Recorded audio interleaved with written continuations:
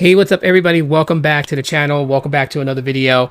And, just to kind of be upfront with you guys, two reasons why I'm not doing a live stream. Normally, I would do a live stream just to have like a live discussion right then and there, but I decided to do a video nonetheless. And that's also to test if the microphone is having like some clipping issues or anything like that. So I am using my microphone with the setup. Just a quick update. Everything's fine. I am doing good. For those who think that I'm like literally in the corner, shaking, going through withdrawals, not using the Google Pixel 7, let me just tell you guys the experience I'm having with the OnePlus N200, which is a budget phone, and the Galaxy A53, which is a upper mid-ranger. The experiences has been great, and so I don't miss using the Pixel 7 at all whatsoever. Not saying the Pixel 7 is a bad phone. It's just that, my reliance on a budget and mid-range device is taking off swell now that we're on day 3. Right, so be on the lookout at the end of the month when I give you guys my thoughts and opinions, my experiences, just solely using a budget and mid-range device. The purpose of this video really is to kind of talk about the 3-year versus 4-year software support. So we're not talking about security patch updates. We're talking about actual major software updates. And there was a comment that was left on one of my videos. Shout out to Michael for that comment. And I read the entire thing. And there's a lot of things that Michael said in that comment that resonates with me. And so I wanted to make this video just to kind of talk about this. All right, so things are in the comment section of the video. If you want to get at me personally, Telegram link is in the description too as well. Using Telegram to kind of just really kind of reach out and be able to have that communication with those who follow the channel. So if you guys want to be active with me outside of YouTube, Telegram is the link. Like I said, a lot of big changes up to the channel itself. So that's one of the things is the Telegram chat support directly for the YouTube channel. But 3 years OS support from Google to the Google Pixel phones. And people kind of just, I feel like, first of all, when it comes to the different chat forums like Reddit and stuff like that, I just feel like that people tend to want to complain about everything. Like their day can't go unless they complain about something. So to sit there and say and compare, like, okay, Samsung's promising 4 years of software updates versus Google promising 3 years. Of course, the later number sounds good. And I might ruffle some feathers when I say this, but I honestly also feel like that people just genuinely want 4 to 5 years software support just to say that they have the software.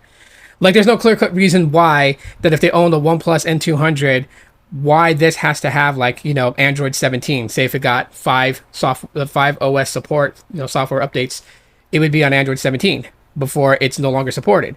But why would a OnePlus N200 need to be on Android 17? Like, well, what's the clear purpose of it? What would Android 17 bring to the table with such outdated hardware? Because that's where I'm looking at it when I say that 3 years is fine. 3 years is fine for me because I already know for a fact for me that in 3 years, the Pixel 7 is not going to be my daily driver device. It's not going to be in my pocket. I may bust it out from the shelf, blow the dust off of it, and use it for nostalgic purposes, but a lot of the hardware in the Pixel 7 is not going to be relevant 5 years from now. So 3 years... to me, I feel like is adequate. 3 software updates. So it came out on Android 13, which means that it will end its lifespan on Android 16. And by then, we would have much more better built processor chips. We would have much better, battery optimizations. We would have much better camera sensors. We would have a lot of things that's going to be getting ducks lined in a row for a better experience. So the Pixel 7 is not going to yield that. Like, I would question people that are complaining about Google Pixels not getting 5 years of software support. How many of you guys stayed on the Pixel 2 XL? Like, to be honest, don't bullshit me and go grab your Pixel 2 XL, snap a photo, and post it on social media and be like, I still use my Pixel 2 XL. Only because a lot of people tend to upgrade. That's one thing that I see a lot of. When the new phone comes out, people are going to trade in their old phone to get the new phone. That's really how it goes nowadays. That's why you see a lot of YouTubers kind of talk about like, oh, right now you can get the Pixel 7 for free. Just trade in, an iPhone 13 Pro Max or this phone or that phone, and you'll get it for free, and blah, blah, blah, blah, blah. And people are doing it. You see people get on Twitter talking about that. They just sent in their trade-in device. Hopefully Google gets it so they can get the kickback for the amount and having the Pixel 7 Pro and all this other stuff.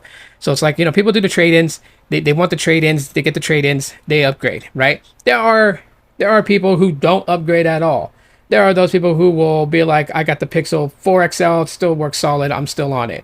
Totally fine. Totally fine. But not everybody is going to hold on to their device for 5 years. So to request that software support be given to a device for 5 years doesn't work out. And like, playing devil's advocate here, I remember there were a lot of people who took to social media to kind of poke fun at Apple because Apple had shot themselves in their own foot by supporting a lot of their iPhone devices for 5 years. They didn't get people upgrading as much as they'd like to. So they started doing things like purposely slowing down older iPhones, trying to hope that people would just get agitated with it and decide they're going to upgrade to the newer iPhones. And then, in fact, that came around and bit them in the butt when people started noticing that, hey, they were purposely doing this. And then Apple had to come up with a quick excuse by saying that we did this because of battery optimization. So then they were forced, after back and forth lawsuits, they were forced to offer a one-time free battery replacement for iPhone 6s, 7s, iPhone 6, and that just bit Apple in the butts. Because Apple knew already, like, hey, maybe 5 years wasn't a good idea. Like, yeah, people would always use that as a reasoning to, in a debate with somebody else why iPhone was better than Android phones. They'd be like, yeah, we got 5 years of software support. But when it comes to a business making money, because again, at the end of the day, Google, Apple, Samsung, Microsoft, all of them are interested in one thing and one thing only: making money. They do not exist without business, and to have business, they need to be able to have people spend money.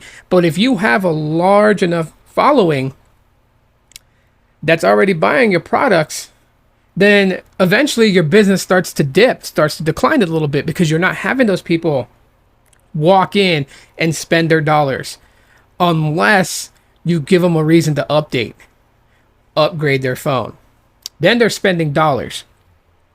And trust me, doing a promotional thing like trade in a device and get 50% off, you're still getting dollars versus getting nothing off that customer.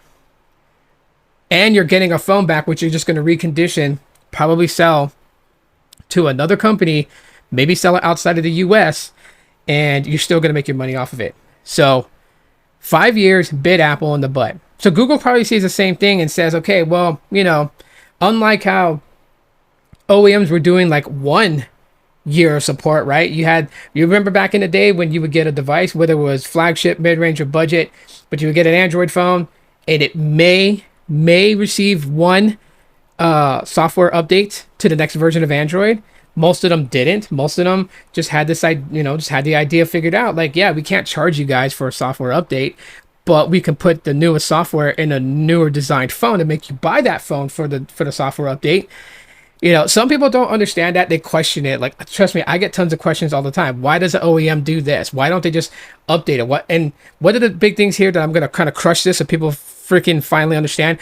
Google makes the software, but they do not control Samsung, Motorola, or any of those OEMs. They cannot just walk in their building and say, hey, we put out Android 14. You better make sure all your phones are on Android 14. No, it is licensed. These companies pay a licensing fee to use Android, and that's what Google collects. They put out the software. It's up to these companies to update their phones if they want to, or just put the new software in new hardware that they build. It's their choice at their discretion. So to blame Google for it, I think people really need to kind of like, since people want to be techies and everything like that, then use your brain and think. It's not Google that's stopping these phones from upgrading. It's the OEMs. So start blaming them. That's one key factor there. Two, when you have outdated hardware, what is the point of updating it to the latest software? Like, let me put it in a way that people can understand. If you want to play the latest Call of Duty game, the latest Fortnite, are you going to literally tell me you're going to try and find a way to update, a software on a Nintendo Entertainment System to support, Fortnite and all this? I mean, that would be dope as hell.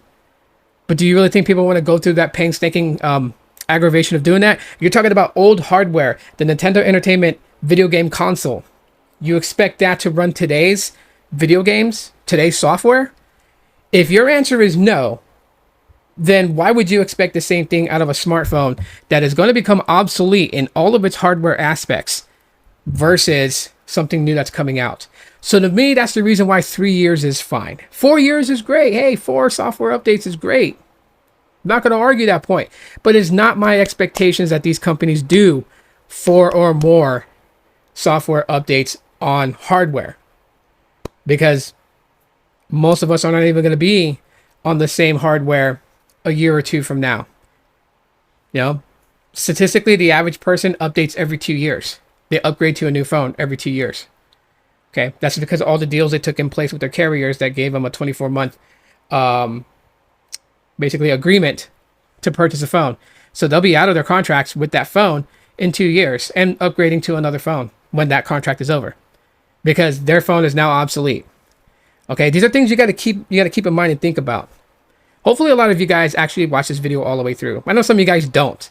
And that's the reason why you're asking me questions that I've already answered in these videos. And this is the reason why that sometimes I don't even reply back, is because the answer is in the video. If you just watch the whole thing from beginning to end, then you'll hear exactly what I said word for word.